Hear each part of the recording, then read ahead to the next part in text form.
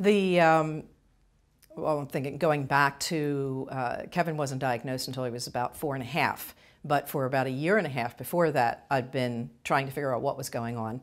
And so during this time period of when the first person ever said to me he might be autistic, I thought Rain Man, and he didn't look like Rain Man. And I never heard of an Asperger, so I didn't know what that was. And so trying to figure out what to do through this time period, all the way along. I'm a very intuitive person. I do a lot of research, but I have a lot of left brain, but I have a lot of my own right brain, and will follow my gut and my heart on a lot of stuff. And when I've been doing, again, my own research, because I work with children with autism also in a recreational arts-based program using movement, and without really being a professional per se. So when I saw what was happening in the brain balance piece, it was that they were doing something that I could not do on my own, or it would be, ridiculously expensive to figure out how to replicate something. The fact that they were addressing primitive reflexes, addressing aspects of core deficits in the body, using movement to enhance brain function, and then going right into a cognitive functioning piece where you spend 30 minutes doing something that helps the physiology of the body and the brain, but then moves into how am I going to help this person in a cognitive way. This is something that I could literally spend all day at home doing, but I'm not a doctor. I don't have this degree. I don't have this research. They have it. And I felt that even though it seems expensive when you first hear the prices, that it was actually quite cost effective in the long run because they've done the research and there was the evidence. I was with people from one of the, in Philadelphia area, which is where we're from, you have all kinds of universities. So these, and they're all vying for whatever grants that they, will fund whatever the research is. And I recently was part of a forum where I mentioned Brain Balance, and I mentioned what we've been doing with Kevin. And the people who were the official people who have the masters and the PhDs all looked at me and said, there is no proof for this, there is no evidence. The only thing that works is this, this, this, and this. So they may very well work. That is absolutely possible. And again, they came back, there is no evidence. And I looked, I said, you know what, I don't have a job to secure. I don't have a research grant to go for. What I have is a kid who's different. He's better. He's improved. That's all the evidence I need. What happened was I felt that for the first time in a long time, I could actually relax into a process as I saw it working. Now, mind you, when Kevin first came in, there was a night that the people working here came out to me and said, we don't know what to do because he's beside himself. We corrected him and he's a mess. We don't know what to do. And they really looked upset. I mean, like, we don't know how to make him happy right now. And I looked at him, like, you'll be all right. I thought you were going to live with this. You'll be fine. And so that was maybe like, the third week, And then little by little, he was doing better, so to speak. I think he was having a more positive experience here. What I saw is that Kevin had a motivation. I really do believe that, you could do all kinds of therapies out there. Kevin had a motivation to improve. I think this was a key piece. So when I said to him, why don't we try this? It's a commitment. You have to commit to the program there and the program at home. And he said yes, which I didn't actually initially expect because, again, we'd had so many anxiety issues with him. And when he went yes, and I went, oh, okay, cool. And every night he got in that car and he was ready to go and he showed up here ready to do what needed to be done. But as it went on, when we got halfway through, I realized that I was seeing something different. Kevin was looking like he felt pleased with himself, and he was so self-critical that made me be able to breathe, because the parents become hypervigilant. We get our own form of post-traumatic stress disorder dealing with all this. So to be able to be in a place that I could go, he is being taken care of. This is good. And I could just relax now for the however many more weeks we had to go while doing the program at home. I could trust that what was going on here. And it's sort of like that with school. There are times you have school teachers that you sent your kid to school that day and he's okay. And there are other days you dread it every day, the phone call or whatever was going to happen. for, or what was happening to your child, because they weren't necessarily doing the plan the way they were supposed to. And I think the big piece is that Kevin felt that these people really appreciated him. That was important to him. He has a sense of self, awareness. This is a child who resigned from school actually in 6th grade. No, actually 7th grade. He resigned from school one day when the science teacher criticized him, as he said. He had been criticized, he would have nothing to do with that, and he had resigned. So he has an awareness of self. So when he came here, and Randy and the others, and were able to say, come on, dude, you can do it a little more, you push a little more, you got to try a little more, or you did great. That made a difference for him. It really did. And I love that picture I have of him at the end, standing with his poster with all the little stars and things he accomplished. And that's a real smile on his face. And he said to me, see, I'm a winner, right? This means I'm a winner? I said, absolutely, you're a winner.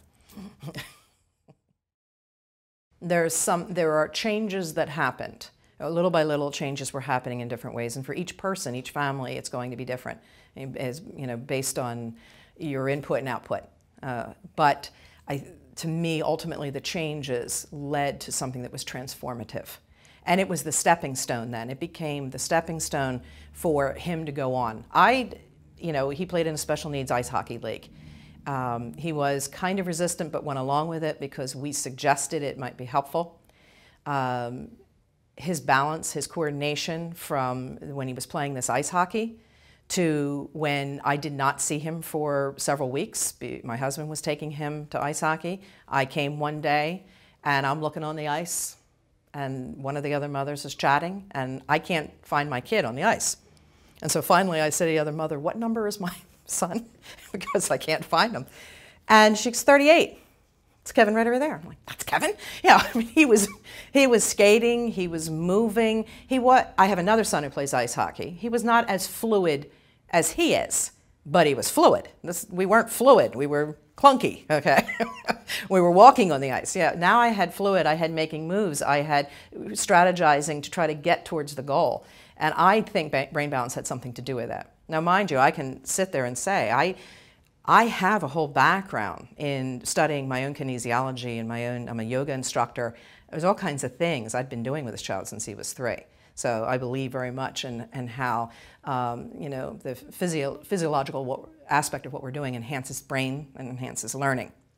But I also know that there were things going on with my child that happened, I think, during puberty that affected his balance, his gait, his everything. I mean, I saw things I didn't understand why he couldn't do at 12 what he could do at 8.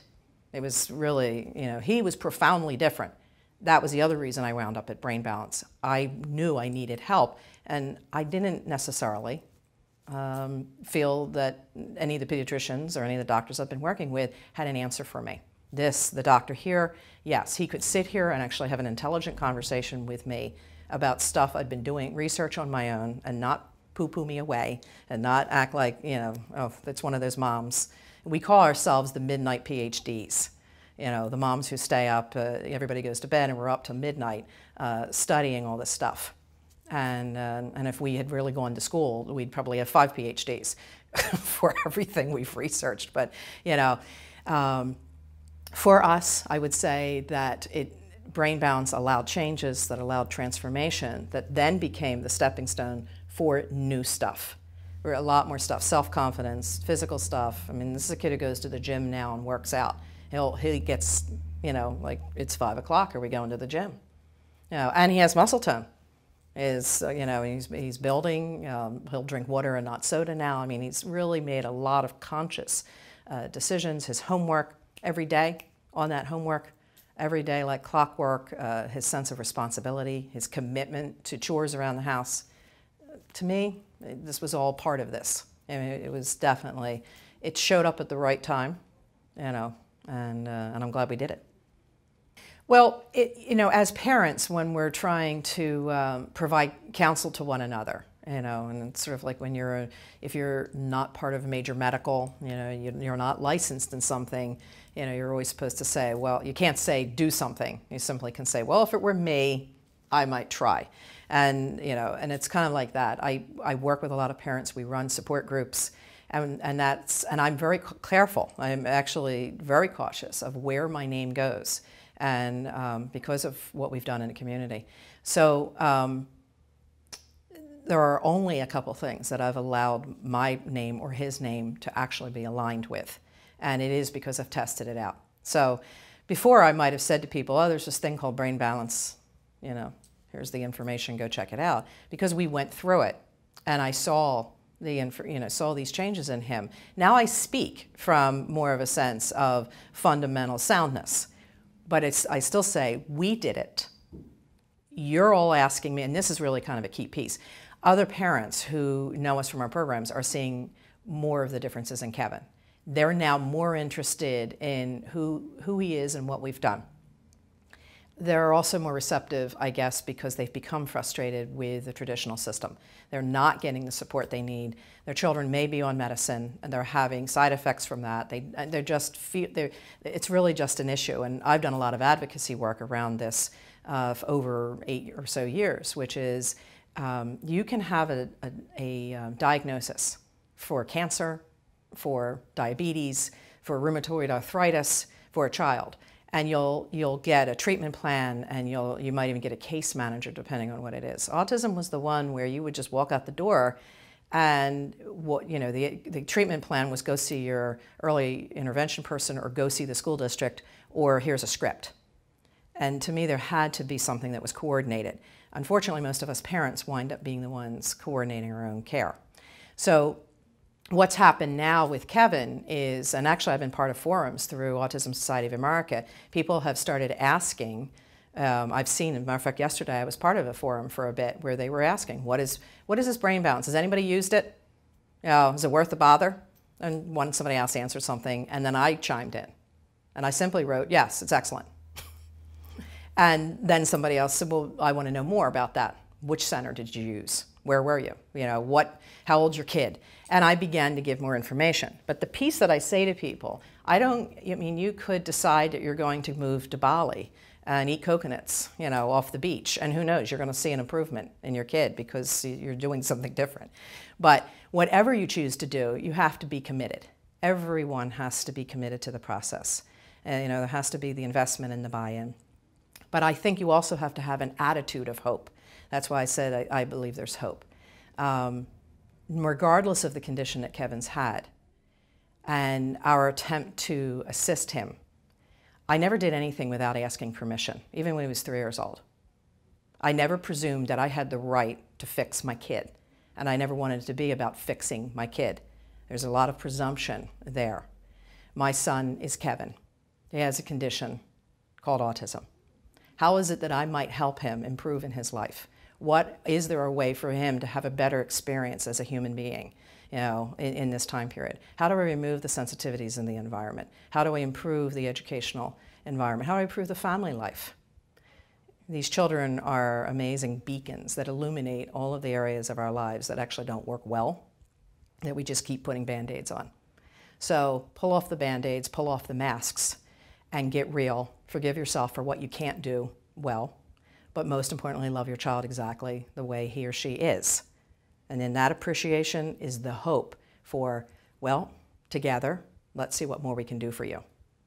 So with Kevin, again, what I say to families right now is this is something that you want to look at. If you're looking for a quick fix, that's not it. This is an investment of time and energy.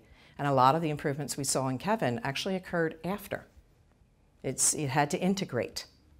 And I'm big on that word, integration and homeostasis. Could he actually incorporate into his being what he had experienced?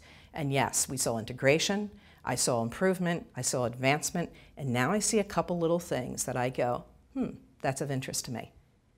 I think I'll have him reassessed. I'd like to see what more we might be able to do now. Brain balance works.